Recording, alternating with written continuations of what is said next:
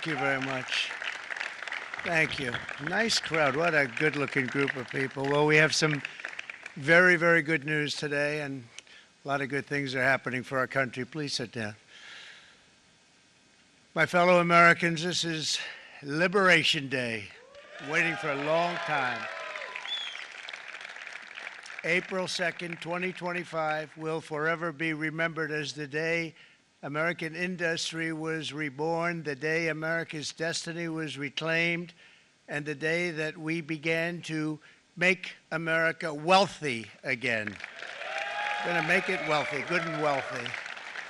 For decades, our country has been looted, pillaged, raped, and plundered by nations near and far, both friend and foe alike.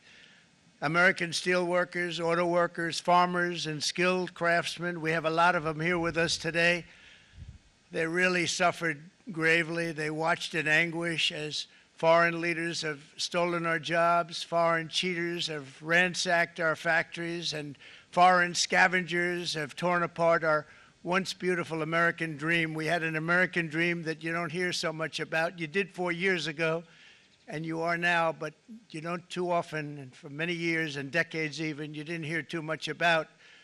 Our country and its taxpayers have been ripped off for more than 50 years, but it is not going to happen anymore. It's not going to happen.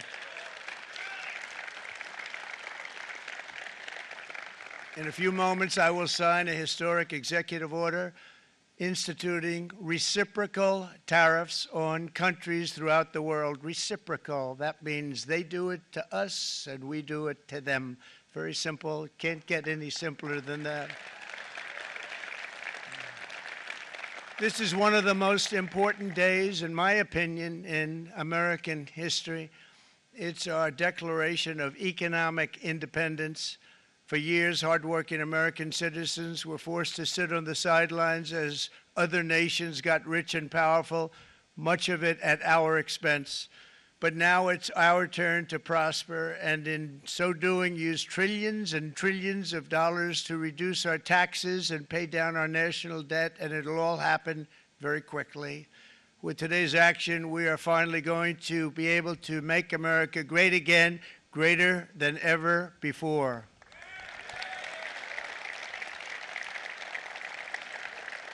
Jobs and factories will come roaring back into our country, and you see it happening already.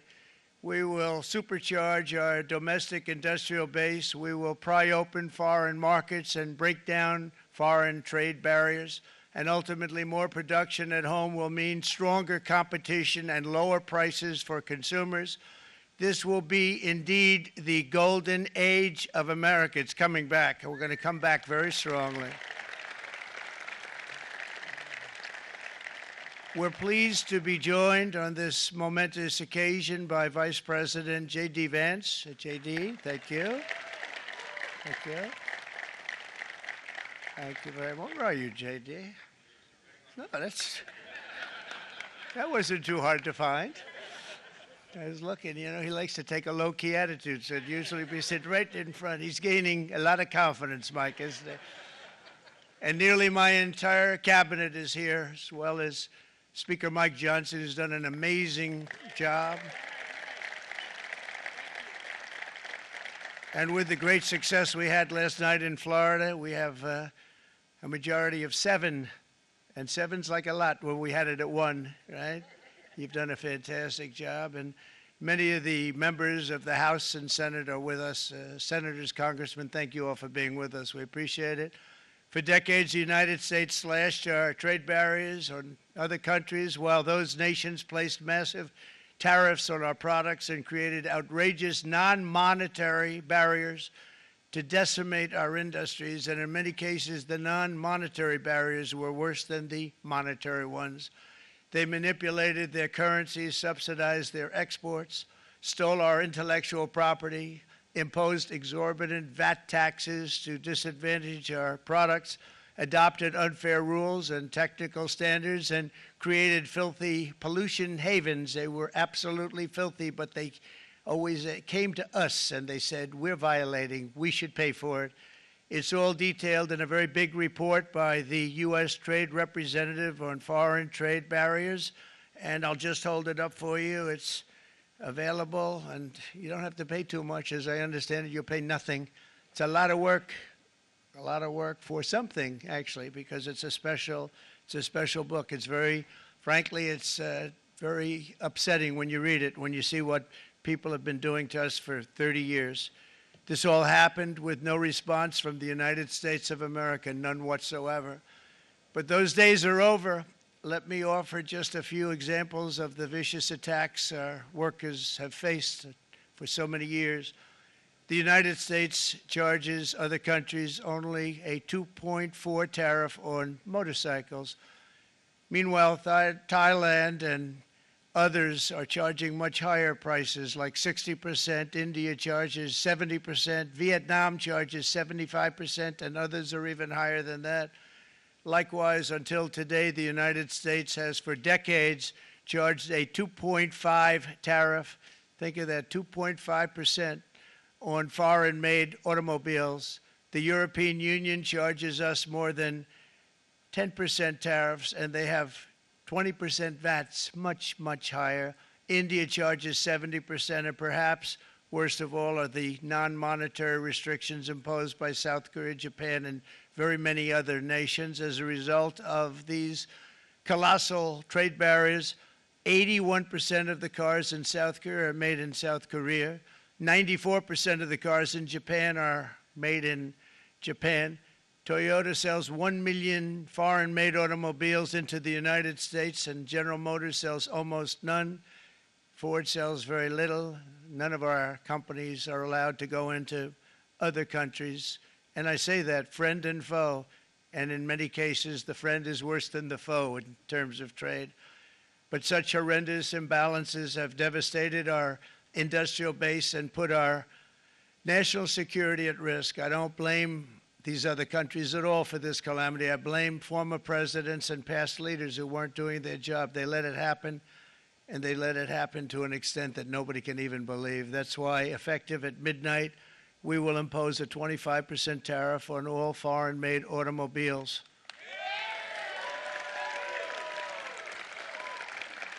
Thank you. Brian, I'd like to have you come up here for a second, okay? I just see him sitting. He's been a fan of ours, and he understands this business a lot better than the economists, a lot better than anybody. Brian, say a few words, please, would you? Thank you, Mr. Thank you. President. It's a great honor to have you. Thanks. Thank you, Mr. President. I grew up just north of Detroit, Michigan, in Macomb County, known as the home of the Reagan Democrats. My first vote for president was for Ronald Reagan. I thought that was going to be the best president I ever saw in my lifetime until Donald J. Trump came along. I have watched my entire life, I have watched plant after plant after plant in Detroit and in the metro Detroit area close. There are now plants sitting idle. There are now plants that are underutilized, and Donald Trump's policies are going to bring product back into those underutilized plants. There's going to be new investment. There's going to be new plants built. And the UAW members, and I brought 20 of them with me, they're sitting right over here. We support Donald Trump's policies on tariffs 100%. So, Mr. President, we can't thank you enough. And in 6 months or a year, we're going to begin to see the benefits. I can't wait to see what's happening 3 or 4 years down the road. Thank you, Mr. President. Thank you. What a great guy. He got it right from the beginning. He got it before almost anybody else. This group over there, they got it too. And you know, we won the state of Michigan. We won almost all of them, but we won Michigan by a lot, and I want to just thank you all. The auto workers were fantastic. The Teamsters were fantastic. Everyone was pretty good, I will tell you. Thank you very much. I appreciate it. You're going to be very happy very soon, and you probably see what's happening with all of the, not only car companies, but car companies in particular. You see it with all of the ones they're moving, they're announcing day in, day out. You're seeing it. Nobody's ever seen anything like that. With today's actions, we're also standing up for our great farmers and ranchers who are brutalized by nations all over the world. Brutalized. Canada, by the way, imposes a 250 to 300% tariff on many of our dairy products. They do the first can of milk. They do the first little carton of milk at a very low price, but after that it gets bad, and then it gets up to 275, 300%. So when they're figuring what's Canada charging, they say, oh, about 2%, 3%. But take a look at what happens down the road. When you look a little bit, it's not a pretty picture, and we don't like it, and it's not fair. It's not fair to our farmers. It's not fair to our country. And with countries like Canada, you know, we subsidize a lot of countries and keep them going and keep them in business. In the case of Mexico, it's $300 billion a year. In the case of Canada, it's close to $200 billion a year. And I say, why are we doing this? Why are we doing this? I mean, at what point do we say, you got to work for yourselves, and you got to, this is why we have the big deficits. This is why we have that amount of debt that's been placed on our heads over the last number of years, and we're really not taking it anymore. Through non-tariff barriers, the European Union bans imports of most American poultry. You understand? They say, we want to send you our cars, we want to send you everything, but we're not going to take anything that you have. Australia bans, and they're wonderful people and wonderful everything, but they ban American beef, yet we imported $3 billion of Australian beef from them just last year alone. They won't take any of our beef. They don't want it because they don't want it to affect their farmers. And you know what? I don't blame them, but we're doing the same thing right now, starting about midnight tonight, I would say. And China charges American rice farmers an overquota, it's called, a tariff rate of 65%. South Korea charges 50, actually they charge different, from 50% to 513%. And Japan, our friend, charges us 700%. But that's because they don't want us selling rice and other things. Who can blame them, Madam Secretary? Agriculture, great job you did on eggs, by the way. The egg prices came down 50%. You got them down 50%. Once we got involved, they were going through the sky. The egg prices, they were going through the sky, and you did a fantastic job. Now we have lots of eggs, and they're much cheaper, down about 59% now, and they're going down further.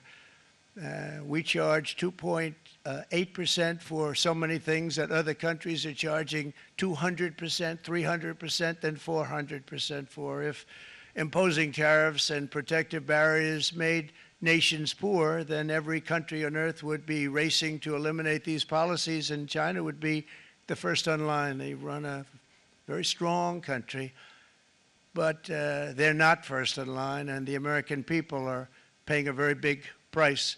From 1789 to 1913, we were a tariff-backed nation, and the United States was proportionately the wealthiest it has ever been. So wealthy, in fact, that in the 1880s, they established a commission to decide what they were going to do with the vast sums of money they were collecting. We were collecting so much money so fast, we didn't know what to do with it. Isn't that a nice problem to have? What do you think, Marco? Good problem? Marco would love that problem. But we don't have that problem anymore, but we're not going to have it very much longer, I will tell you. But they collected so much money, they actually formed a commission to determine what they were going to do with the money, who they were going to give it to, and how much. Then in 1913, for reasons unknown to mankind, they established the income tax so that citizens, rather than foreign countries, would start paying the money necessary to run our government. Then in 1929, it all came to a very abrupt end with the Great Depression, and it would have never happened if they had stayed with the tariff policy. It would have been a much different story. They tried to bring back tariffs to save our country, but it was gone. It was gone. It was too late. Nothing could have been done. It took years and years to get out of that depression, far longer than even FDR had that office right over there for a long period of time. The ramp system, that's rather intricate, was built because of him, and every time you walk up, you think of him, and he did a great job in many ways, but it lasted long beyond his terms, as you know. But it's not too late any longer, and we're going to start being smart, and we're going to start being very wealthy again. We're going to be wealthy as a country because they've taken so much of our wealth away from us. We're not going to let that happen.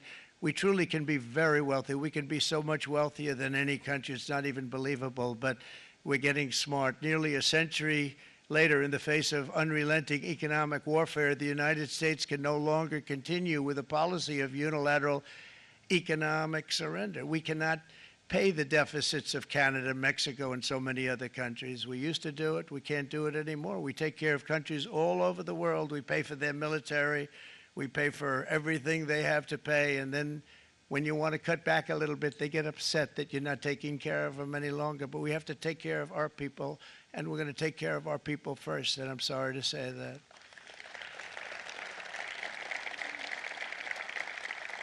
And today we're standing up for the American worker, and we are finally putting America first.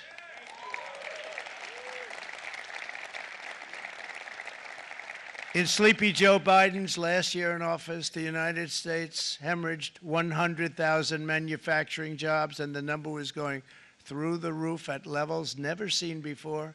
And our trade deficit reached a record $1.2 trillion, which is unheard of. Since the beginning of NAFTA, the worst trade deal ever made, it was a horror show. I was able to terminate it. They all said you'd never be able to get it out. We had to get approval from Congress to get it terminated. We had to live with that deal. It was the worst deal, worst trade deal ever made by far.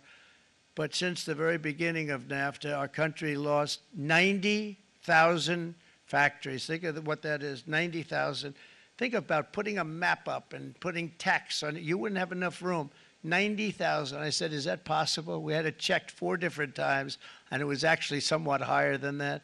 And 5 million manufacturing jobs were lost while racking up trade deficits of $19 trillion. That was the worst trade deal ever made. As a result of these gigantic losses, foreign nations now own $26 trillion more of American assets than think of this, than the Americans own of their own foreign assets or other foreign assets. The United States can no longer produce enough antibiotics to treat our sick.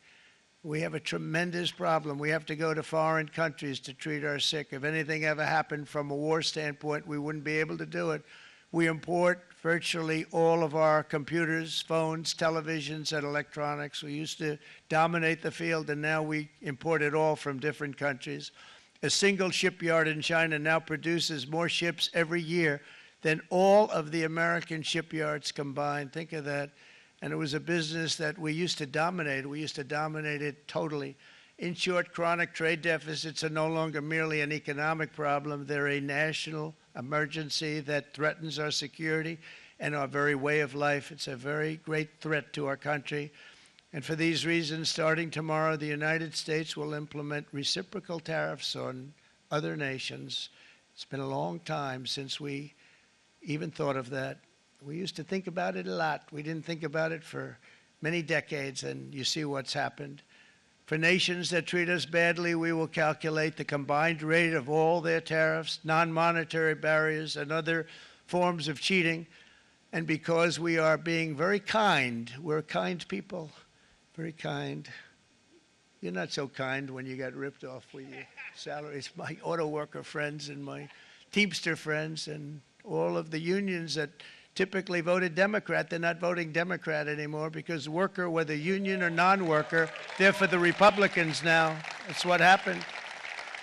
But we will charge them approximately half of what they are and have been charging us. So the tariffs will be not a full reciprocal. I could have done that, yes, but it would have been tough for a lot of countries. We didn't want to do that. I'd like to see the chart if you have it.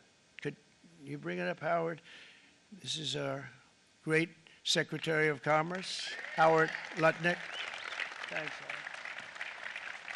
So if you look at that, China, first row, China, 67%. That's tariffs charged to the USA, including currency manipulation and trade barriers. So 67%, I think you can, for the most part, see it. Those with good eyes, with bad eyes. We didn't want to bring, it's very windy out here. We didn't want to bring out the big charts because it had no chance of standing. Fortunately, we came armed with a little smaller chart. So it's 67%, so we're going to be charging a discounted reciprocal tariff of 34%. I think, in other words, they charge us, we charge them less. So how can anybody be upset? They will be, because we never charge anybody anything, but now we're going to charge. European Union, they're very tough, very, very tough traders. You know, you think of European Union, very friendly. They rip us off. It's so sad to see. It's so pathetic. 39%, we're going to charge them 20%, so we're charging them essentially half. Vietnam, great negotiators, great people. They like me, I like them. The problem is they charge us 90%. We're going to charge them 46% tariff. Taiwan, where they took all of our computer chips and semiconductors. We used to be the king, right? We were everything. We had all of it. Now we have almost none of it, except the biggest company is coming in. We're going to end up with almost 40%. Lee Zeldin's working to get their approvals. And it's an amazing company. Mr. Wei, of one of the great companies of the world, actually, they're coming in from Taiwan, and they're going to build one of the biggest plants in the world, maybe the biggest for that. But 64%, we're going to charge them 32%. Japan, very, very tough, great people. And again, I don't blame the people for doing it. I think they're very smart in doing it. I blame the people that sat right in that Oval Office, right over there, right behind the Resolute desk or whichever desk they chose. Japan, 46%. They would charge us 46%, and much higher for certain items like cars, you know, little items like cars. 46%, we're charging them 24%. India, very, very tough, very, very tough. The Prime Minister just left, and he's a great friend of mine, but I said, you're a friend of mine, but you're not treating us right. They charge us 52%. You have to understand, we charge them almost nothing for years and years and decades, and it was only 7 years ago when I came in, we started with China and charged them. We took in hundreds of billions of dollars from China in tariffs, and they understood, honestly. President Xi understood. He said, look, I understand, and the other countries, and they all understand. We're going to have to go through a little tough love, maybe, but they all understand. They're ripping us off, and they understood it. Prime Minister of Japan, Shinzo Abe. He was a fantastic man. He was unfortunately taken from us, assassination. But I went to him and I said, Shinzo, we have to do something. A trade is not fair. And he said, I know that, I know that. And he was a great gentleman. He was a fantastic man, but he understood immediately what I was talking about. I said, Shinzo, we have to do something. He said, I know that. And we worked out a deal, and it would have been a much better deal, but frankly, there were many years left in the deal that was made previous to my getting there, but it was something. If you look at Switzerland, 61% to 31%. Indonesia, Malaysia, Cambodia. Oh, look at Cambodia, 97%. We're going to bring it down to 49. They made a fortune with the United States of America. United Kingdom, 10%, and we'll go 10%. So we'll do the same thing. South Africa, 60%, 30%, and they've got some bad things going on in South Africa. You know, we're paying them billions of dollars, and we cut the funding because a lot of bad things are happening in South Africa. The fake news ought to be looking at it. They don't want to report it. Brazil, 10%, 10%. Bangladesh is 74%. So you see what's going on. Pakistan, 58%. Sri Lanka, 88%. So what we're doing is we're taking not the full, we could take the full 88%. Thanks a lot, Harold. He's doing a very good job. How's he doing, all right? I think you better take it with you. It's not going to last very long. He's going to put it, it's going to follow you down with the wind. I brought a hat just in case it got too windy, but here, would anybody like a hat? I'm not giving it to a cabinet. I'm giving it to the auto workers. Come here.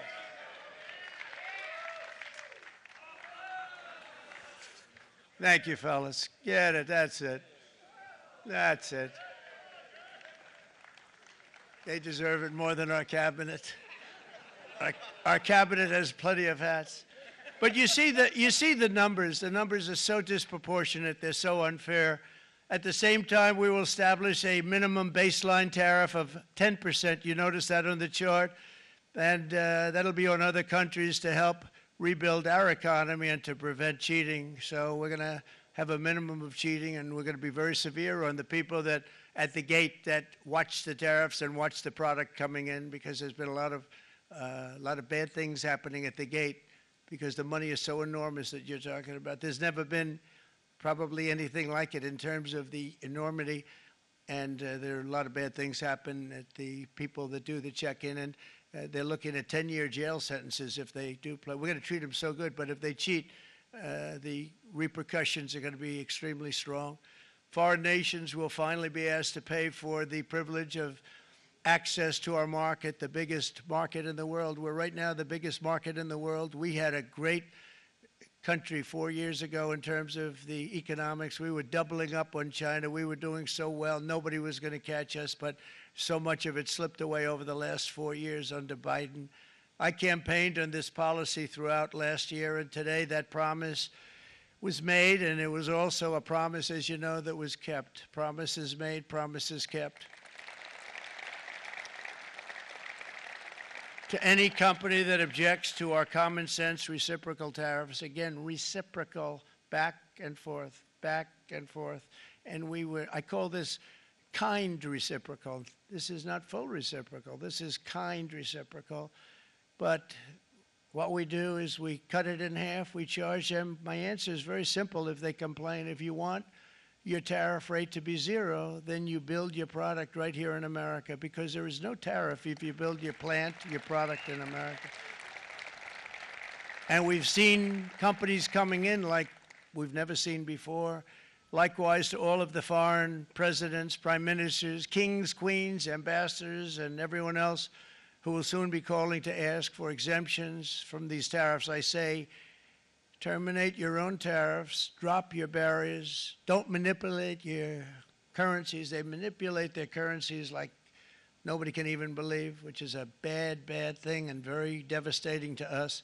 And start buying tens of billions of dollars of American goods. Tariffs give our country protection against those that would do us economic harm. And many people were looking to do us economic harm. Maybe not so obviously, but they were doing tremendous economic harm.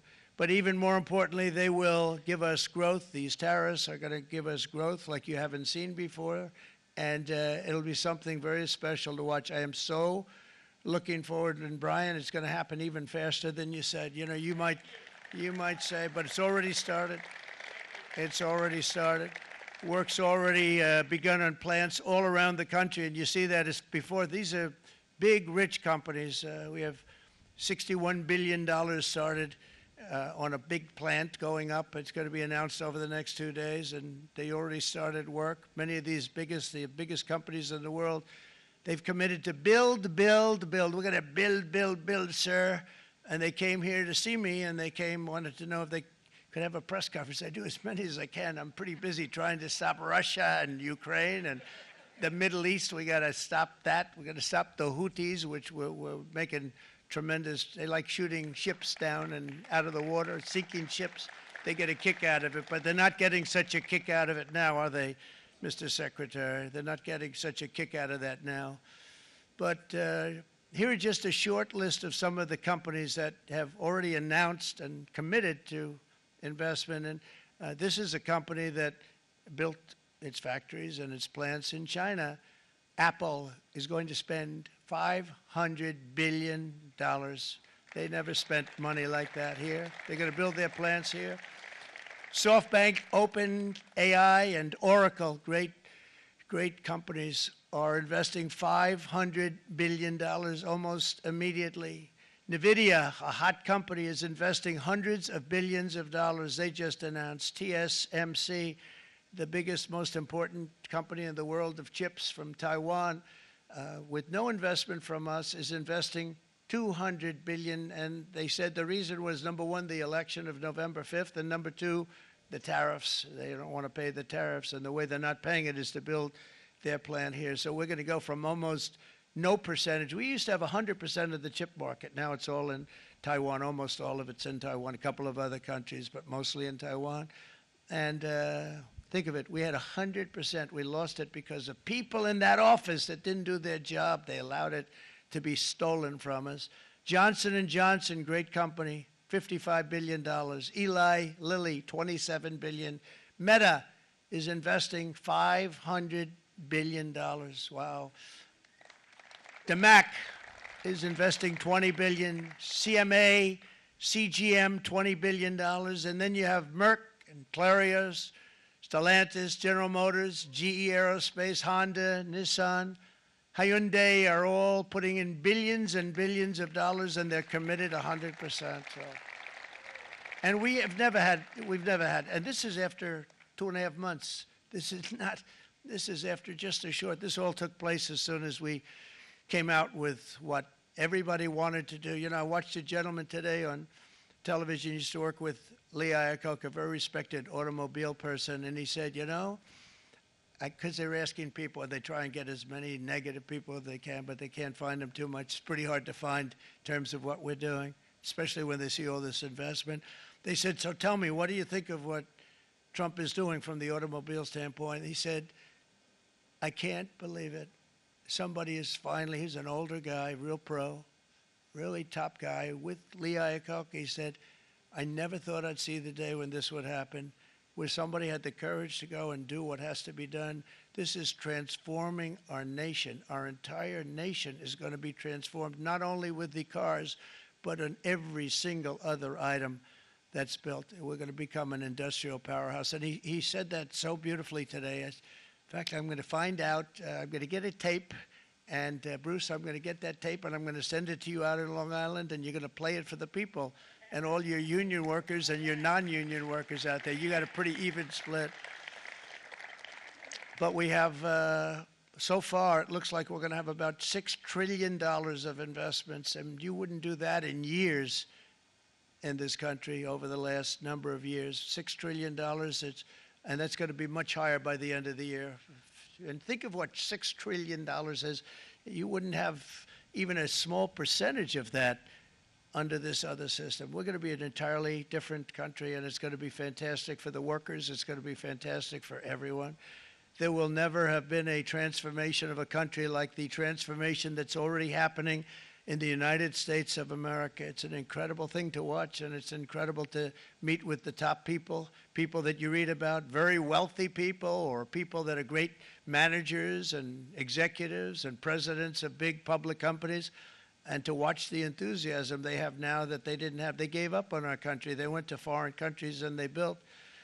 Companies are pouring into our country at levels never seen before, with jobs and money to follow, and it's really beautiful. In the coming days, there will be complaints from the globalists and the outsourcers and special interests and the fake news. Always, the fake news will always complain. But never forget, every prediction our opponents made about trade for the last 30 years has been proven totally wrong. They were wrong about NAFTA. They were wrong about China. They were wrong about the Trans-Pacific Partnership, which would have been a disaster if I didn't terminate it. If I didn't terminate that, United Auto Workers, you would have had no jobs in this country. You would have had no jobs. It was all going to other countries. In my first term, they said tariffs would crash the economy. Instead, we built the greatest economy in the history of the world. And again, I have great respect for President Xi of China, great respect for China, but they were taking tremendous advantage of us, and I commend them for that. I say, hey, if you can get away with it, that's okay. But, you know, they understand exactly what's happening, and they probably, most of them are saying it's about time they did something, but and they're going to fight, and they're going to fight fair. Everyone's going to fight. You know, it's like, I say to the leaders, look, you got to take care of your country, but we have to start taking care of our country now. We can't do what we've been doing for the last 50 years. From the day of my election, the stock market went up in my first term 88%, with NASDAQ going up 155%, more than any president has ever had in any term in office, by far. And I think we're going to blow that away. And maybe the numbers won't show, but I think they're going to show much better than even those numbers. But what you're going to see is you're going to see activity, that empty, dead sites, factories that are falling down. Those factories will be knocked down, and they're going to have brand new factories built in their place. They're not only talking about renovating, they're talking about brand new, the best anywhere in the world, the biggest anywhere in the world. I have a friend who builds car plants, and I said, I want to see the biggest and the best. He said, well, we have to go to Mexico. I said, no, I want to see it in the United States. He said, we're not building them in there. This is a year and a half ago during the campaign. He said, we're not building it. You'd have to go to Mexico. When I was starting to decide to run, and I went to #1 in the polls very rapidly, I want to say, like let's say in the first hour, and then shortly thereafter, it looked like I was going to win, and the fake news was saying, "Oh no, don't do this." What they don't know is if I didn't win, they would have really been in trouble, because nobody wants to read them anyway.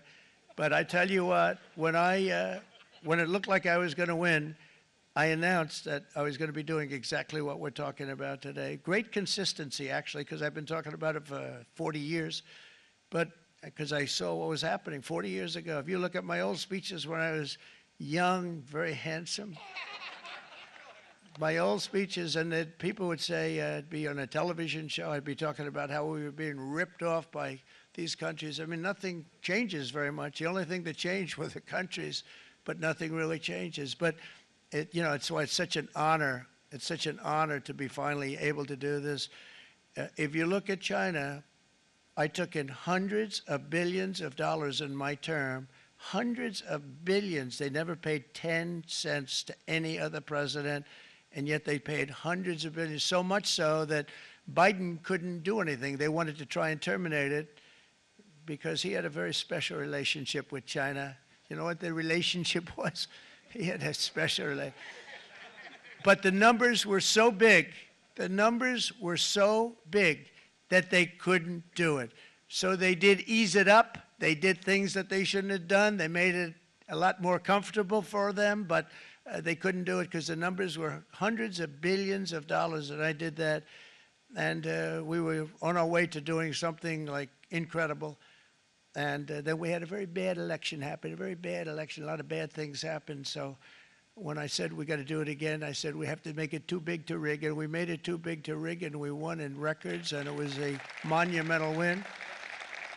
And it was such an honor to see so many of you, like Brian and your friends, here with us to celebrate, and to more importantly celebrate what we're doing, because that wouldn't be a full celebration if we didn't do this, because this will be an entirely different country in a short period of time.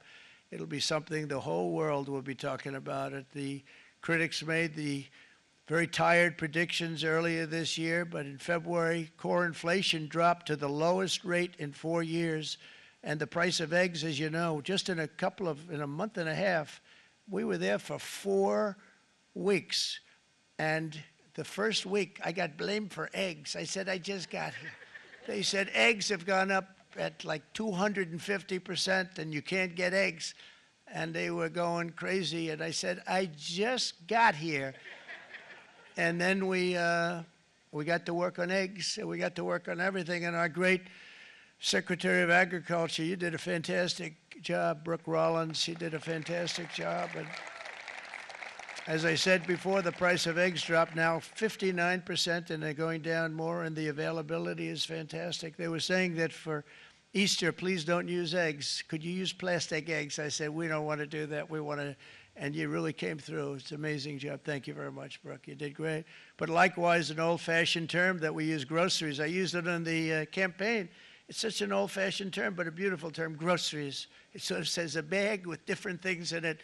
Groceries went through the roof, and I campaigned on that. I talked about the word groceries for a lot, and energy costs now are down, groceries are down, gasoline is way under $3, and people are beginning to be able to buy things and live again. We brought prices way down. We created 10,000 already in a few weeks, new manufacturing jobs, and it was that took place in 1 month, numbers that they haven't seen in a long time. We had virtually no inflation under my term.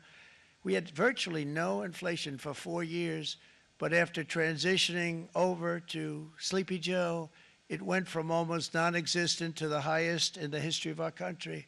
They had the highest inflation in the history of our country, brought up by energy and bad spending and bad policy, and a lot of bad things happened. How about allowing millions and millions and millions of people to pour into our country with open borders, where it's so sad to see, even now, And I see our great secretary of you have done. Stand up, please, Christy.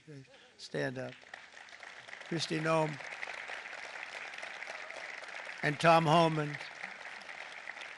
These people are doing a great job, but gotten them out in records. We have problems with judges that don't want them to go out. They want Tren de Aragua, and they want MS-13, the most vicious gangs ever. Nobody's ever seen anything like it. Absolute killer gangs. They kill people. They don't even think about it. And we put them out, and we have judges now, radical left judges that want to, they don't want them to go out. They want them to even be brought back. Let's bring them back. You've done a fantastic job, and please thank everybody. Homeland Security, thank everybody. Appreciate it. And we now have a border that's the best border that we've ever had, even better than it was my first term. My first term we did good, but this one we really specialized in. We've done really well. And we had records then. We had the best, safest border. 4 years ago, we had the best border there ever was. And now we have, you've actually matched it and done even better. And we're going to get it down the right way. And we want people, by the way, to come into our country, but we want to come in through a legal process. We want them to come in legally. We need more people. We need people to run these plants and to help the auto workers and the Teamsters and the non-union people and everybody else. But we need people and the farmers. And we're going to let people come in, but they want to come in. We want them to come in legally. They have to have the capability of loving our country, not people that hate our country. We don't want them in our country. And now we're going to pass the largest tax cuts in American history, and that's where we're relying on Mike and John Thune. And we will not cut Social Security, Medicare, or Medicaid benefits, and the Democrats will, because if they got in, the entire economy would collapse. This country was heading for a collapse under the people that you saw. They were horrible. I think one of the reasons people like the job, I have my highest approval ratings because I think they're comparing me to the worst administration in the history of our country, so I appreciate that at least. But Speaker of the House Mike Johnson and Senate Majority Leader, appreciate it, Mike. John Thune have been fantastic, by the way. But they've been working tirelessly on taking the next step to pass the plan for our one big, beautiful bill. I'd like to name it that if you can. One big, beautiful. I made that statement about 6 months ago, and everybody calls it one big, beautiful bill. And it will be that. It'll have everything, the big tax cuts and every incentive there is. And it'll be fantastic. And by the way, for the cars, we're asking for an interest deduction on a loan. So if you build the car, only in America we do it, Brian. If the car's not built in America, you don't get the interest rate deduction. But if you build the car in America, if you buy a car, if it's built in America, then you get an interest rate deduction, tax deduction, and that's a big thing. It's going to be a big thing. I think that's going to pay for itself very quickly, that deduction. Never happened. We've never had anything like that before. Somebody said, where do you get the idea? Because it's so basic. You would think that would have happened a long time ago. It never did, and I'm very happy it didn't because now I can say that was my idea. But we're going to get us closer to the debt extension. We have to get the debt extension passed, and I know you're going to be able to do that, Mike, and it's very important that you do that. And all of the other things that the Senate budget plan gives us, along with working, because I know they're working together, John and Mike, and the two bills are going very well together. We need to get our shared priorities done, including certain permanent tax cuts. We want the tax cuts to be permanent, spending cuts, energy and historic investments in defense, border, and so much more. We're covering everything. These will be phenomenal. There'll be no bill like this going to straighten. One bill is going to straighten out our country for many, many years to come. And we said, let's just do it and let's get it done. And some guys will love it and some guys will like it a little bit less because they're not getting what they were exactly looking for, but they're getting a lot. They'll never, if we get this done, it'll be the most incredible bill ever passed in the history of our Congress and Senate and congressmen, the senators and the congressmen, many of whom are here today, will be very proud of themselves. I really believe that. It's going to set us on a whole new prosperous path. We're going to cut spending and right-size the budget back to where it should be. We're going to do that very strongly. Thank you, Rick. Thank you. John, thank you. Oh, look at all of our senators over there. Oh, boy. That's a nice group of people. But I won't like them so much if they don't get this bill done. That's a great group, and Congressman, thank you very much. I appreciate it. Tremendous people. The Senate plan has my complete and total support, and the House plan likewise is very similar. They're moving along pretty much at the same clip, and as soon as you're ready, you'll show it to me, and I'm sure it'll have my support, Mike. Every Republican congressman and senator must unify. We have to unify. We can't be separated. We have to get it done. We have to get absolutely everything we can, and we have to take care of the American people. That's the only thing that matters. We have to take care of the American people first. We need to pass this bill immediately, get it done, including debt extension. From this day on, we're not going to let anyone tell us that American workers and families cannot have the future that they deserve. We're going to produce the cars and ships, chips, airplanes, minerals, and medicines that we need right here in America. The pharmaceutical companies are going to become roaring back. They're coming roaring back. They're all coming back to our country, because if they don't, they got a big tax to pay. And if they do, I'll be very happy, and you're going to be very happy, and you're going to be very safe. We're going to build our future with American hands, with American heart, American steel, and we're going to build it with American pride like we used to.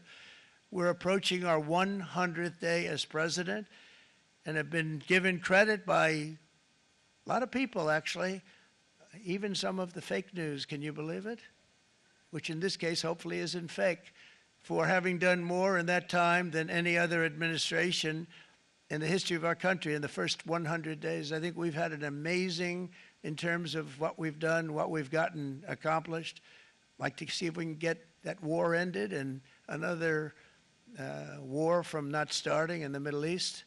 We have to get Russia. They're losing 2,000 on average, 2,500 people a day, young people, soldiers, Russian, think of that, 2,500 through some days, but on average, probably over about a 1 week period, it's 2,712, they say. They're losing those soldiers. They're dying. They're being decimated. And they're not from our country, but they're from other countries. But they're human beings. They're from Russia. They're from Ukraine in this period, most of them. And we're going to get it stopped. It's a senseless war that would have never happened if I was president, and it shouldn't be allowed to go on. And I think we're being given good cooperation by Russia and by Ukraine, but we have to get it stopped. It's humanity. It's humanity. It's a terrible thing. This will be a very big moment. I think you're going to remember today. It's going to be a free nation that we're dealing with. We're going to have a very free and beautiful nation. It's going to be Liberation Day in America, and it's going to be a day that hopefully you're going to look back in years to come and you're going to say, you know, he was right. This has turned out to be one of the most important days in the history of our country. God bless you, and God bless America. Thank you, everybody. Thank you very much. Thank you. Thank you very much.